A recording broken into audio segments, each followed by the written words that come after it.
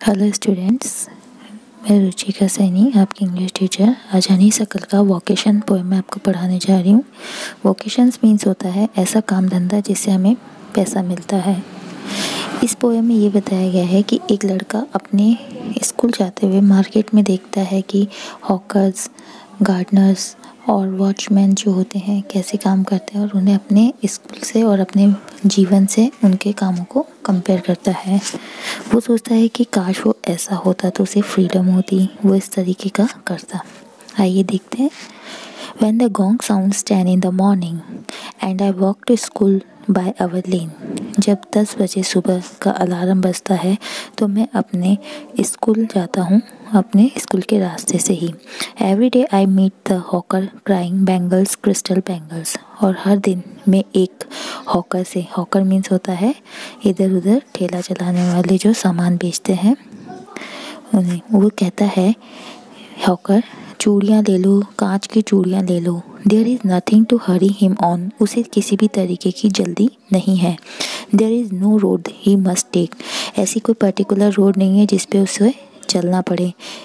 No place he must go to. और ऐसी कोई पर्टिकुलर जगह नहीं है उसके स्कूल की तरह जैसे उसे जाना पड़े।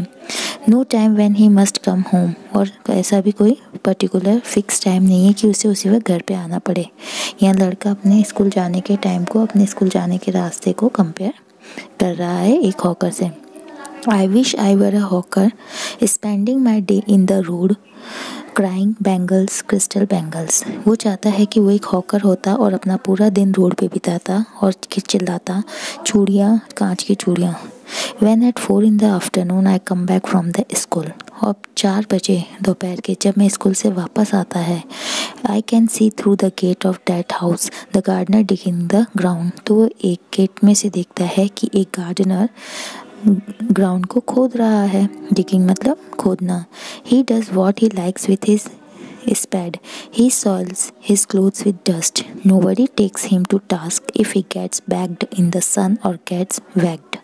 वो देखता है कि वो अपने काम को कर रहा है और उसके कपड़ों के ऊपर काफ़ी सारी मिट्टी लग गई है। कोई उसे काम दूसरा नहीं बता रहा है और वो सूरज में तप रहा है और पसीने में गीला हो रहा है। I wish I were a gardener digging away at the garden with nobody to stop me from digging. और उस गार्डनर को देखकर वो भी सोचता है कि वो एक गार्डनर होता और ग्राउंड में खड्डा खोदता और उसे कोई भी नहीं रोक सकता था या रोक पाता। Just as it gets dark in the evening and my mother sends me to bed।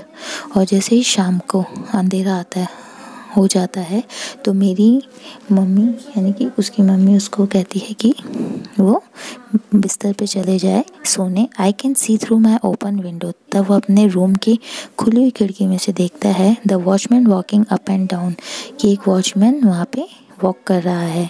The lane is dark and lonely and the street lamp stands like a giant with one red I in its head. और रात काफ़ी गहरी है और अकेला सुनसान road है और जो स्ट्रीट लैम्प्स है वो ऐसे खड़े हैं जैसे कोई जाइंट हो, और उनके ऊपर जो लाइट चल रही है वो इस तरीके से लग रही है कि किसी जाइंट के सर पे लाल आंखें चमक रही हो। The watchman swings his lantern. Lantern मतलब होता है लालटेन।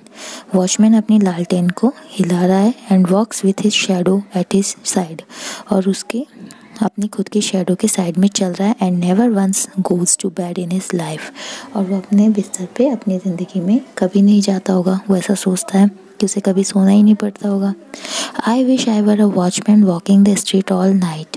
अब वो सोच रहा है कि काश वो एक वॉचमैन होता जो कि स्ट्रीट पे पूरी रात वॉक कर सकता।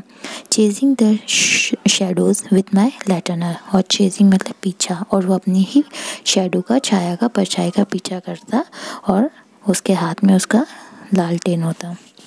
ये सुंदर सी पोएम लिखी है रविंद्रनाथ टैगोर ने।